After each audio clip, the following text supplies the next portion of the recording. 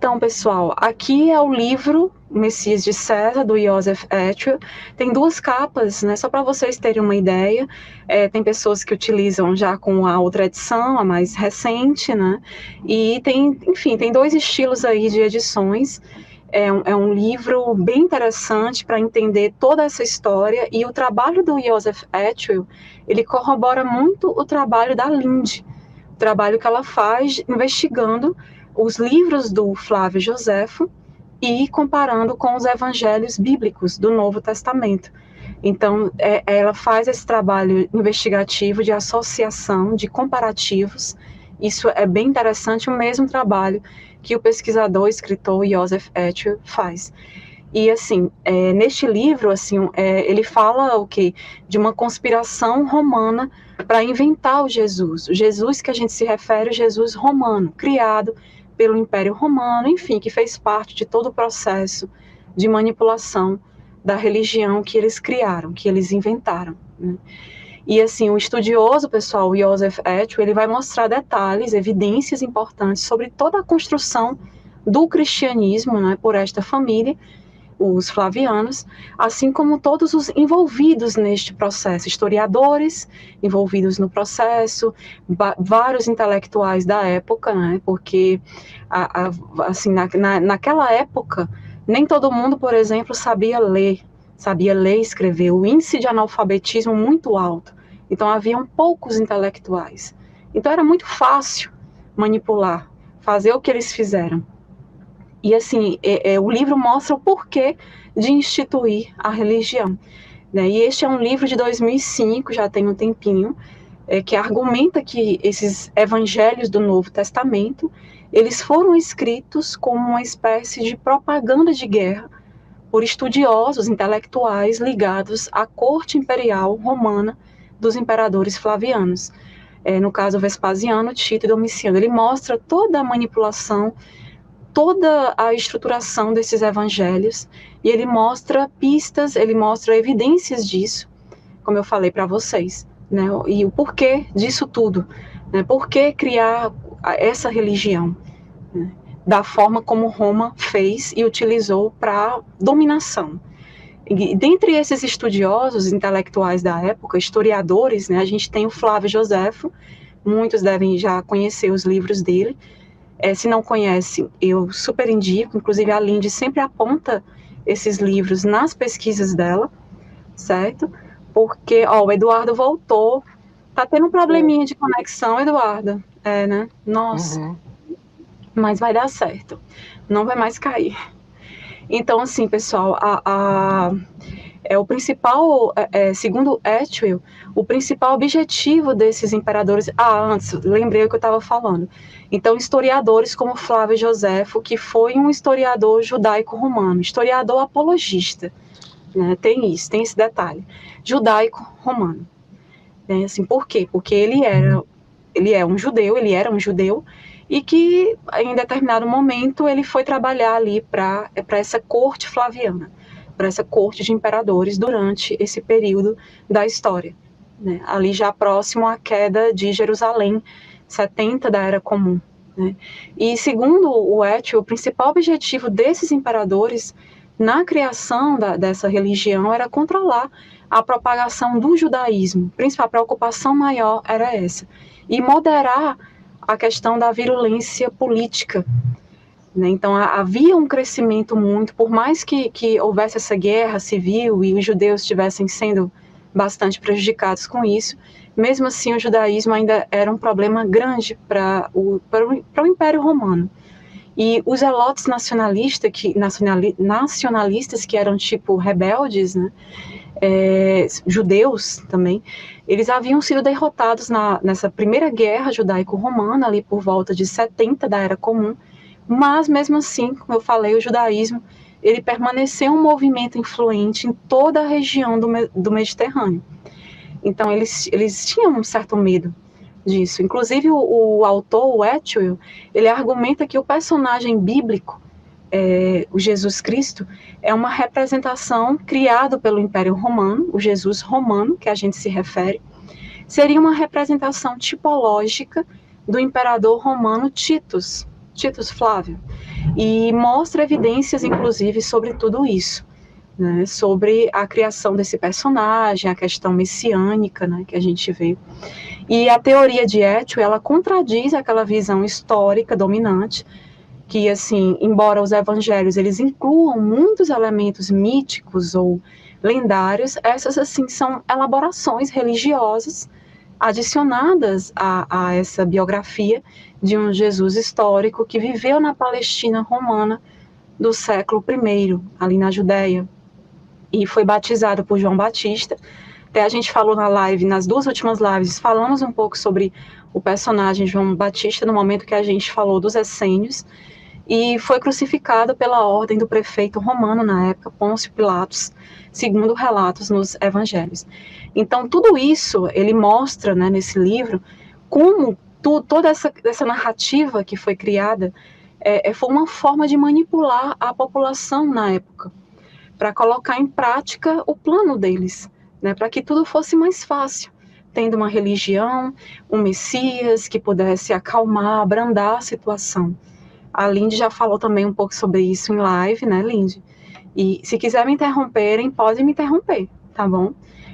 Às vezes eu falo demais, mas vou só passar algumas informações sobre esse livro para a Lindy dar continuidade, né? Então, assim, pessoal, usar a religião para governar, para controlar as pessoas, para manipular, para impor sua política social e econômica. Eles criaram e fantasiaram toda uma narrativa em torno de si.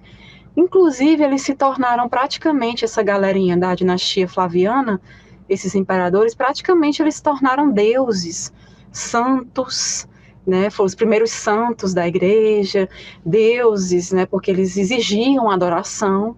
Então, assim, a gente vê que nada de novo sob o sol. A história, ela sempre se repete. Ciclos e mais ciclos, sempre repetindo essas narrativas com as quais a gente tem que ter muito cuidado e enxergar onde está ali a manipulação, a desinformação. E, assim, algumas fontes, elas sustentariam que, segundo o Étio, né, que a família Flaviana se interessou muito cedo ali pelo cristianismo em si. E dizem que vários deles, inclusive, se converteram à religião logo no início, incluindo o sobrinho de Vespasiano, Tito Flávio. Ele caiu de novo. Caiu. Mas logo ele retorna. É a conexão dele que não tá boa. Poxa, que pena. Então, continuando, pessoal, incluindo o sobrinho lá do Vespasiano, Tito Flávio Clemente, e sua esposa Flávia Domitila, né, que de acordo com os lendários Atos dos Santos Nereu e Aquileu, ali do século VI, o Papa Clemente I era filho do Tito Flávio Sabino Cônsul.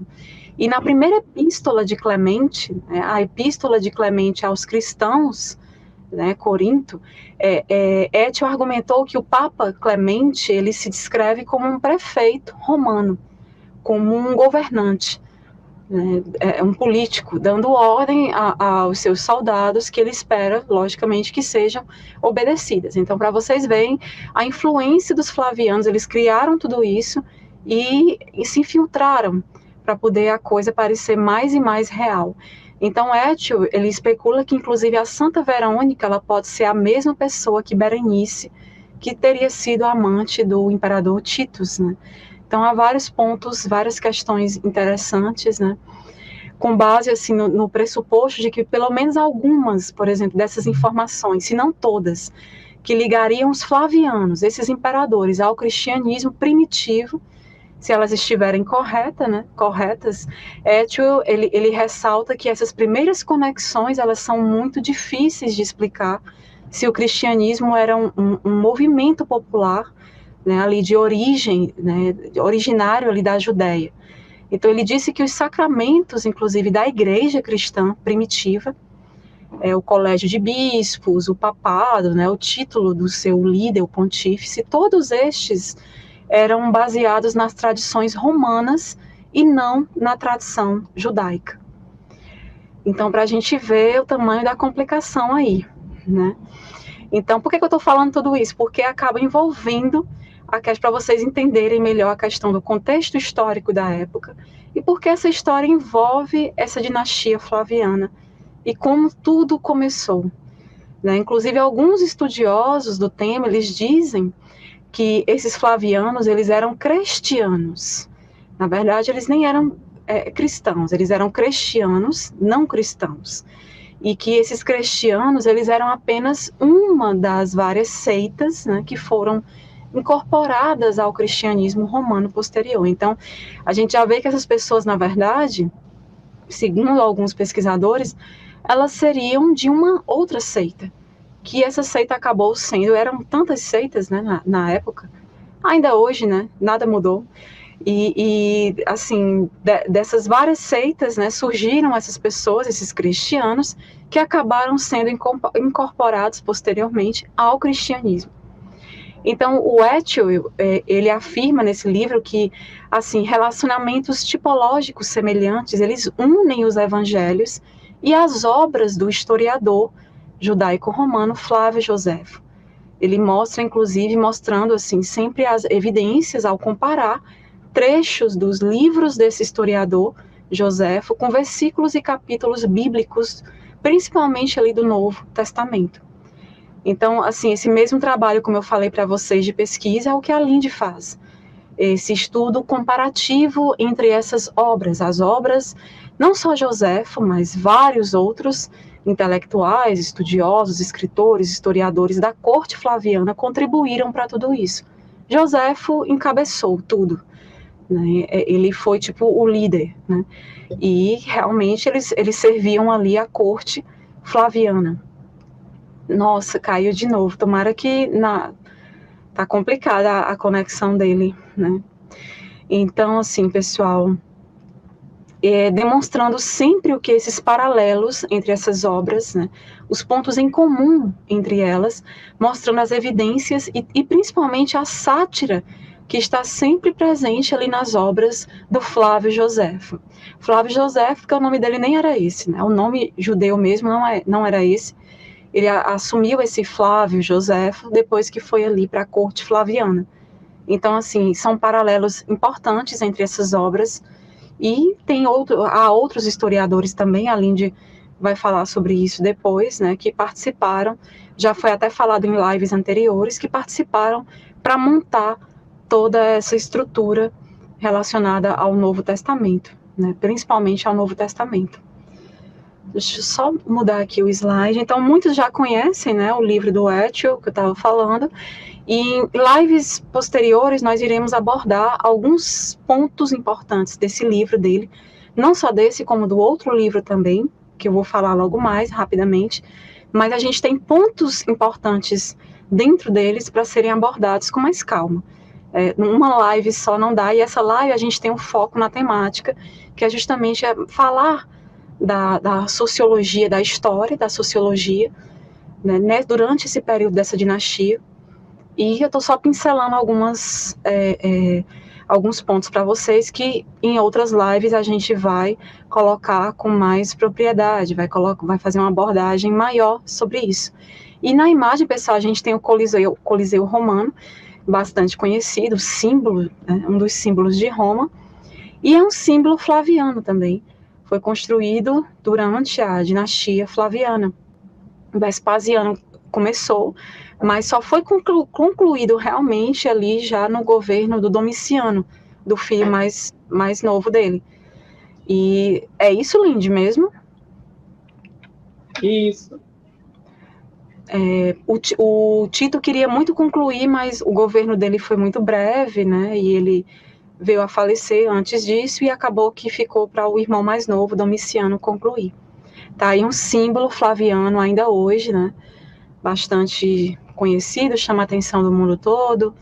E o escritor Etchell, ele observa que, de acordo com a escola preterista de interpretação bíblica, né, as profecias de Jesus e Daniel, elas foram cumpridas pela destruição de Jerusalém, ali por volta de 70 da Era Comum, e ele sugere que isso é evidência de que esses evangelhos, incluindo as profecias da vinda do Filho do Homem, eles foram realmente escritos após a guerra ali judaica, e que os evangelhos eles podem ser interpretados ironicamente como predição de que Tito é o antecipado Filho do Homem.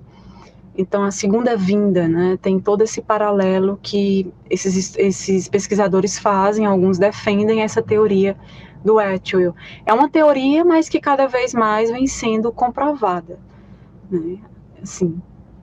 Então, assim, pessoal, além disso, ele argumenta que a missão de Jesus, ela antecipa a campanha militar de Tito, ali na Judéia, né? E de acordo com ele, isso indica que os autores do Evangelho queriam sinalizar que o personagem Jesus Cristo, né, o Jesus romano, como assim o cumprimento das profecias messiânicas das escrituras hebraicas, né? E era uma interpretação, na verdade, do Tito Flávio. Então houve toda essa narrativa, a criação dessa narrativa e o envolvimento dela, colocando ela como uma questão política, né, para que as pessoas aceitassem determinada situação que estava havendo, no caso Roma invadindo ali a região de Israel, né, Jerusalém, Palestina, e para que tudo fosse aceito, mais facilmente aceito, as imposições, as mudanças, a cobrança de impostos, né, teve tudo isso. E os zelotes e os sicários, né, pessoal, que são grupos de judeus rebeldes da época também, eles também estavam esperando um Messias. A gente vê muito essa questão messiânica nessas seitas, mas assim, eles esperavam um herói, né, um herói que iria derrotar os romanos, e não um que fosse pró-Roma, colocado da forma como foi colocado. Em vez disso, como descrito nos evangelhos, Jesus foi assim altamente crítico do sacerdócio judaico, né? Inclusive o Jesus romano, ele os incentivava a pagar impostos a Roma, né? Tinha toda essa questão também, né? Dai a César o que é de César, enfim, dentre várias outras passagens que relacionam, que mostram essa questão da cobrança de impostos, né? E os judeus, eles foram acusados, assim, de matar o Messias, né, de acordo com os textos do Evangelho. E aí a gente gerou toda uma questão social, política complicada. E, além disso, o Atwill, ele diz que a narrativa do Flávio Joséfo, em A Guerra dos Judeus, é construída em torno da ideia de que, assim, a profecia de Daniel, ela foi cumprida, por Tito, no caso, na conquista de Jerusalém e a destruição do segundo templo. Então, Atwill, ele vê isso como uma irônica justaposição ali de eventos, né, como Tito Flávio destruiu o templo e conquistou Jerusalém, e em seguida virou-se para os romanos. Eles fazem esses comparativos, esse paralelismo, né, entre essas escrituras e os livros do Joséfo. E, inclusive, pessoal, tem um miticista, defensor da teoria do mito de Jesus, o estudioso bíblico, o Robert M. Price, acredito que muitos devem conhecer já livros dele. Ele concordou com Atwill, com Joseph Atwill, que os evangelhos realmente eles foram baseados em Joséfo. Mas, assim, ele concordou, mas ele disse que a questão do Filho do Homem refere-se não a Tito, mas à humanidade em geral. Enfim, apresentou alguns pontos diferentes, né? E, pessoal, como eu estava falando do livro dele, né, de um dos livros, O Messias de César, rapidamente, né, vou colocar aqui, falar rapidamente sobre o autor, né, porque vocês podem estar querendo, mas quem é esse autor? Né? Então, assim, o Joseph Atwill, esse senhor da imagem, ele, quando jovem, ele estudou grego, latim e também bastante a Bíblia, né, numa escola jesuíta no Japão.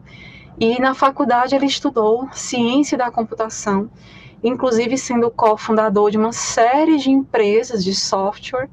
E depois ali de 1995, após adquirir uma maior estabilidade, né, financeira, ele realmente voltou a se dedicar a esses estudos bíblicos, voltou à grande paixão dele, que realmente seriam estudar esses manuscritos bíblicos, esses evangelhos.